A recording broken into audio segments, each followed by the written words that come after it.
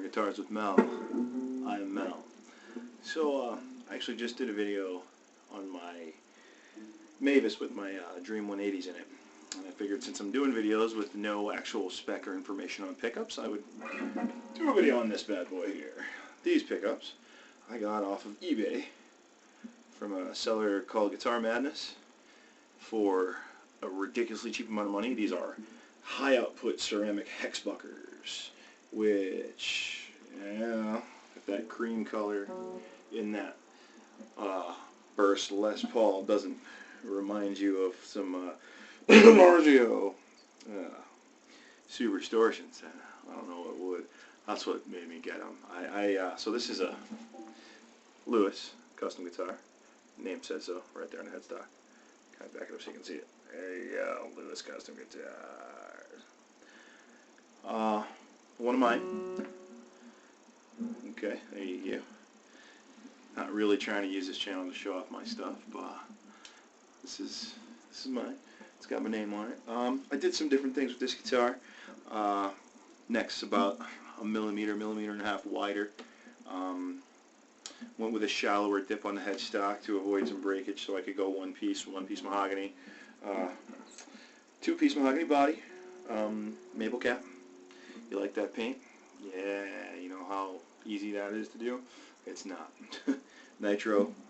So the idea of this guitar when I did it was, hey, let's get this thing as close to a old school Les Paul standard as you can, but at the same time throw a couple little things on it. You'll notice, well, you won't notice, if you played it, you would feel that it's a little wider, but Gibson did start doing that on the 2016 line, on the which ones? The high performance models have about a millimeter wider in the neck. So I did it first, because this is older than that. You'll notice that fret spacing is a little wider, which technically changes your scale length if you're going from 12th fret to nut, but I did not move it bridge to nut, or tailpiece to nut. Bridge to nut, breakpoint to breakpoint is still Les Paul scale length. So when I first did this, you know, regular top hats on it, chrome cover pickups, and all that stuff. I put the old vintage Kluson tuner style tuners on it and all that. And I was like, yeah, man. And then as soon as I had it, it was like, boom, it's done. Here we go, a real vintage looking LP style guitar. I was like, yeah, time to start changing stuff. So I got a TOG, also eBay seller, tricked out guitar, roller bridge on there. Tone Pro's tailpiece, changed the knobs, went in, redid the electrics again. Got it straight 50s wired, nothing special about that, no special caps or anything. Put some pings on it because as much as I like the old school tuner styles and all that stuff like that, they're just not as good. Hadn't decided whether I was going to go locking with this one or not, but I like the pings a lot. They're pretty good. 18:1 ratio, I think. It's a great guitar, you know what I mean? I'm proud of it. I think I did a good job. But I saw these humbuckers on eBay, and I was like, you know what? I've bought some pickups from Guitar Madness before. I've ordered some from off of that eBay seller before, and they were great. Really good pickups. Got one set called 59ers, I believe. They're Alnico 5, super bitey, really nice. Put them in a gold top that I got rid of to a friend of mine's kid. But I bought these because, man, they just, with the exception of the fact that the hex poles are black instead of silver, man, they just bring back that whole vibe of the Dimarzio Super Distortion, you know. And I'm thinking ceramic magnets, you know, overwound. They're a little hotter than the Super Ds would have been, but I got to assume that that's what they're going for, is that whole idea, that style. And I was digging it, so I went and grabbed them up. Just installed them in here, and man, they love this guitar. They shred up really good. Let's see how much gain I can get here without murdering the world.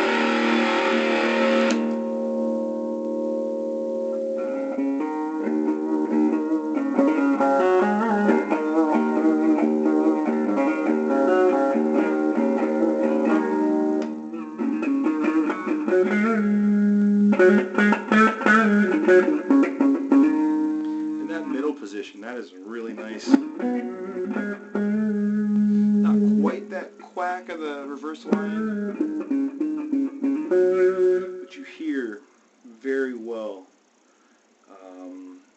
you know, the main bobbin. Like you hear that it's not a single coil clarity at all. Say for instance the Prince Mad Cat. It's got that spacing of those pickups, and they're actually, you know, strap pickups. He used a lot of Fender pickups, but they were never Tele pickups. It looks like Tele, it's not a Tele, and it gets that.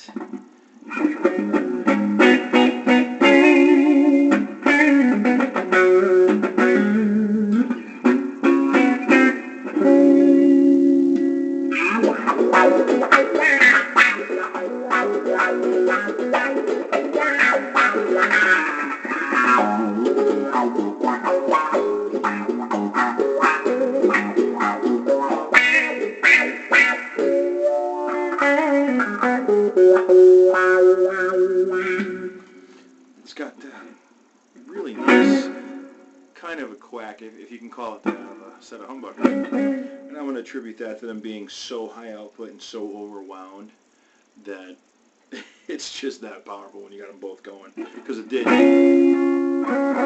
jump up the output. Let's see. Alright, now see, this is something that happens, and I'm not knocking it at all. Because they're so high output, it's ringing. It's a good balance. It's ringing out pretty good, but if you were to take it a little softer,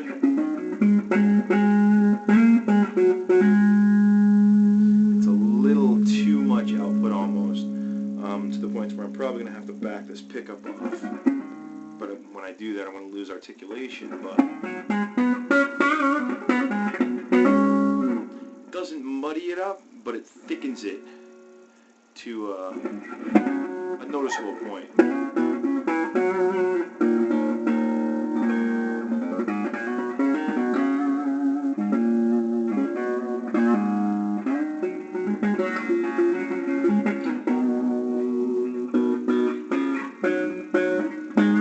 Man, that middle position is just butter, though.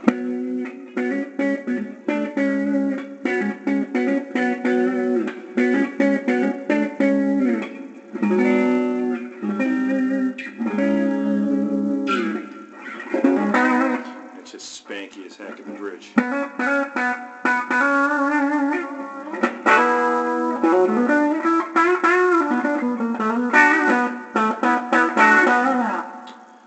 So, I mean, I don't really know what kind of video this was, but that's my video for the Guitar Madness Hexbuckers high output ceramic in cream.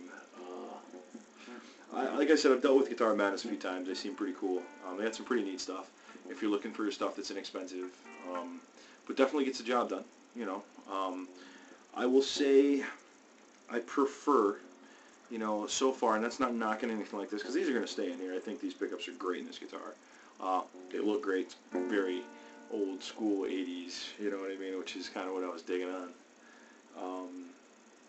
And it, you know, the 59ers I got from them were great. I'll say that I think companies like Mighty Might, GFS, Dragonfire, Wilkinson, these companies are also offering pickups at a lower price point, but they're about double what this cost. These pickups were less than $30 for the set, you know, which is why it's like, yeah, I'll try those. I'll do a video on them. Why not? I just don't have a lot of spec on them. Maybe I'll get some someday. I don't know. But, you know, so you're talking like $30 a set. Now you go Wilkinson, you go GFS, you know, Dragonfire, you're talking about $30 a pickup. So, you know, it's about $60 a set. But I will say that I think those other companies are worth more. I think they're using better components. These are great components. I'll say that the bobbins seem a little more rough and tumble, ready to go. In those other companies, I'll say that the base plates are better. Wines and stuff like that seem good. These are, for ceramic magnet pickups, high output ceramic magnets, it sounds warm. It's not bad.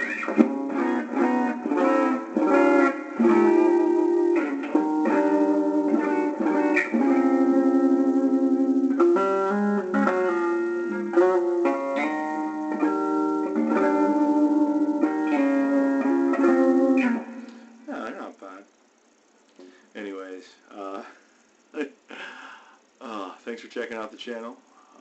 Please like, share, subscribe. Check out my other videos. You'll find that they're a lot more comprehensive, a lot more information. I don't know.